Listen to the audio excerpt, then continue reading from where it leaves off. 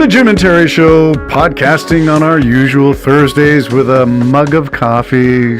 Jim's got a heating pad for his, so he's okay, but I'm very selfish that way. It's mine. But I told you that mug was designed for that. It's a nice flat bottom. I had a beautiful breakfast of eggs and toast and fruit and coffee. It was lovely, and I really sure there wasn't spam, eggs and spam? That's Monty Python's version of one of my favorite sketches from them. Yeah, the eggs didn't bounce, I hope. There was some... No, they were bouncy, but that's okay. You never know when I'm going to pull in. I know. I try to aim for 9 so that I got a window of about 9:05, 9:10. If it's past that, then... No, it was delicious. I liked it. Thank you very much. Hit the spot, hopefully, after a drive. Spot, yeah. All right. We're going to talk about where have all the federal employees gone? Long time passing. Musk fired all their sorry asses. The sad thing is... This is America we're talking about. The Jim and Terry Show. What do we know? We're Canadians hunkered down waiting for the Game 4 of Canada, 4 nations versus U.S., Revenge, and more revenge. What's with the revenge? You need sober thought. And the sad thing is he is in this mass rush to take over completely everything. Who is the he you just referenced? Well, I'm referring to Trump. Okay, and I would say it's Musk. Yeah, but Musk is just, Musk went to Trump and said, I can bring my guys in there and find it right away and just do it. And he did it. Big balls. Yeah, well, Big Balls is in control, but let's see what Big Balls did here.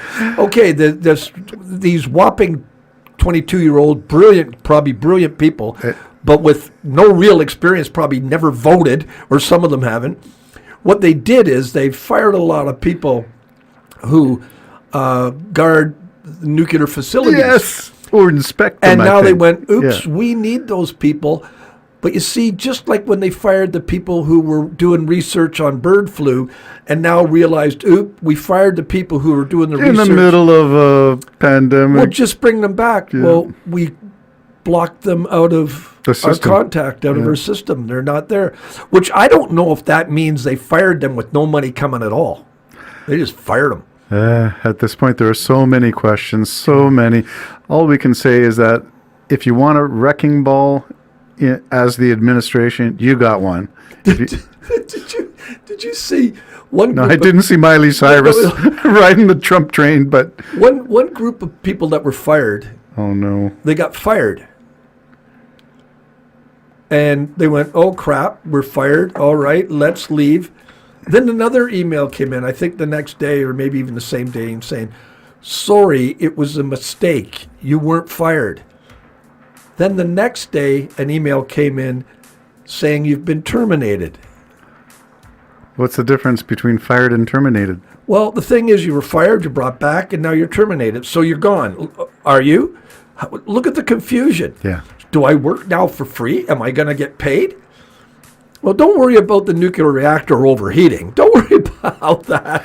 Okay, China syndrome. Let's talk about civil disobedience in a time of fascism and say, is it possible, is it reasonable to expect some of those who are heads of departments and head of government agencies to lock their doors and not let the Musk wrecking ball and big balls show up at your door to take over your computer system and files?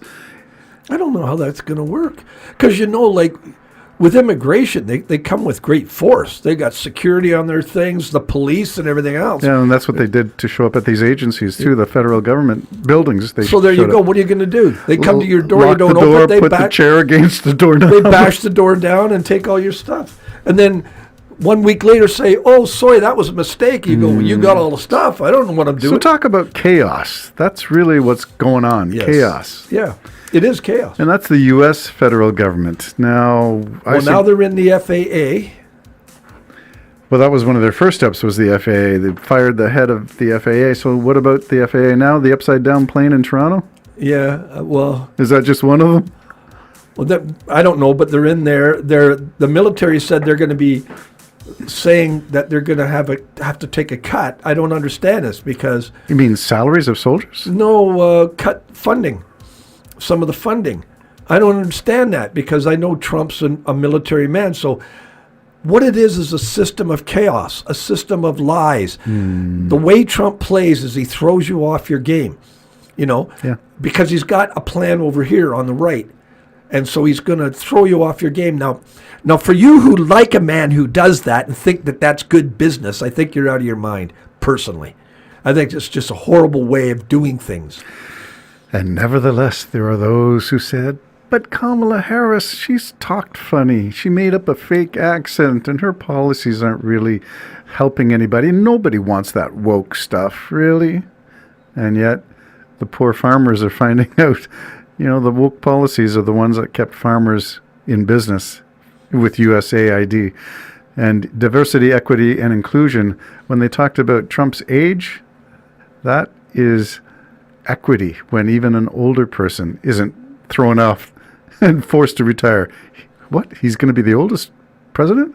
Okay, so diversity, equity, and inclusion, the big bugaboo for those who are on the right, is a whole bunch of, what I call managed consent, where you put out the message for so long that woke is bad, and most people can't even tell you what woke is.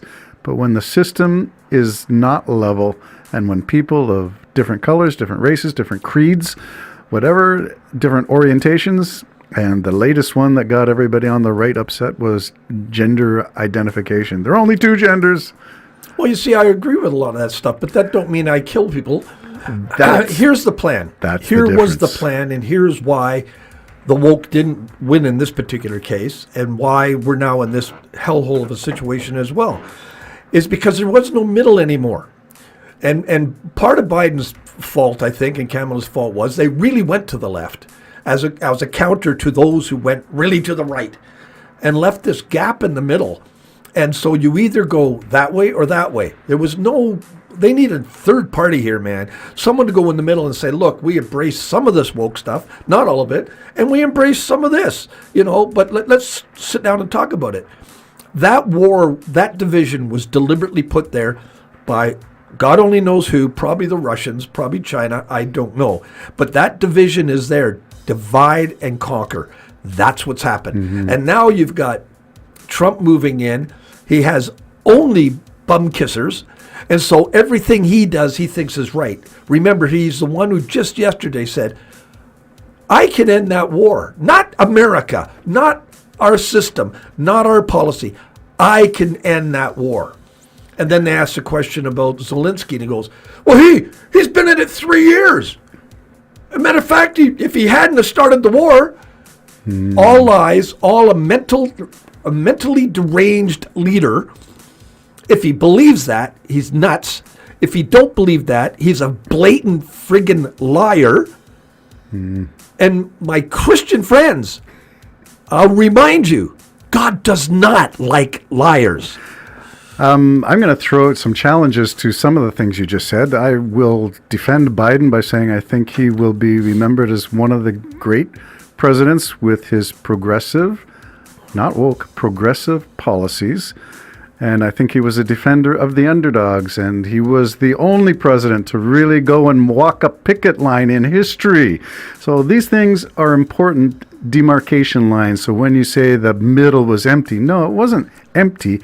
Biden reached over and tried to bring people in, and it's the left who stayed in their lanes and the right who shifted.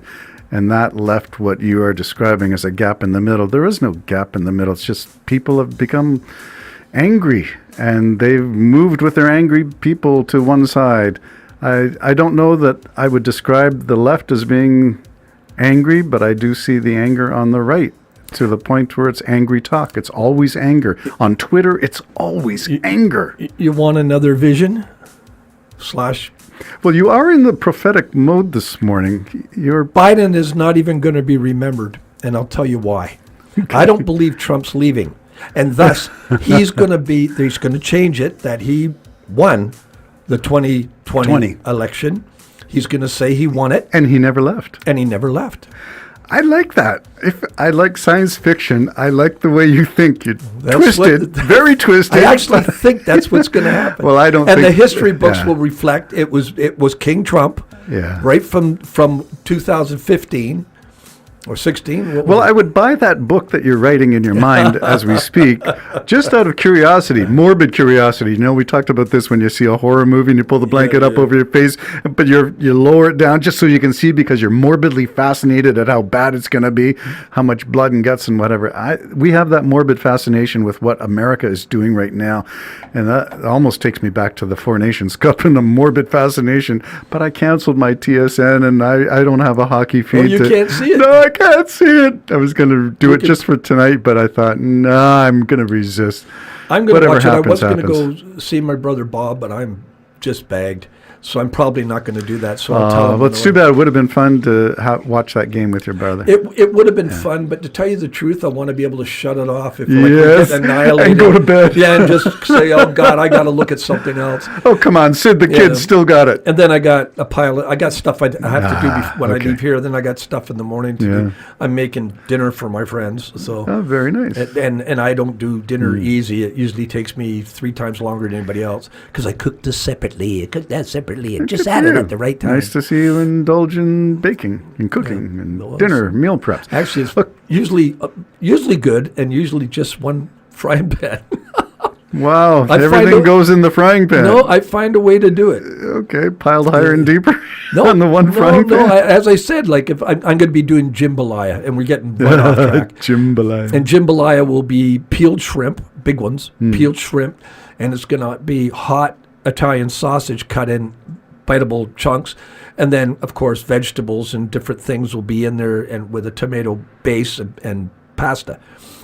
But I'll do those shrimp completely different. I'll cook them on their own, as I'll cook the sausages on their own. The shrimp with butter and a little bit of oil and lemon, that kind of thing. I'll do that separate.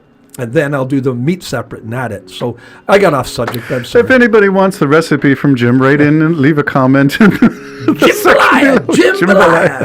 We'll be back to talk about more things. And it's hot. It is hot.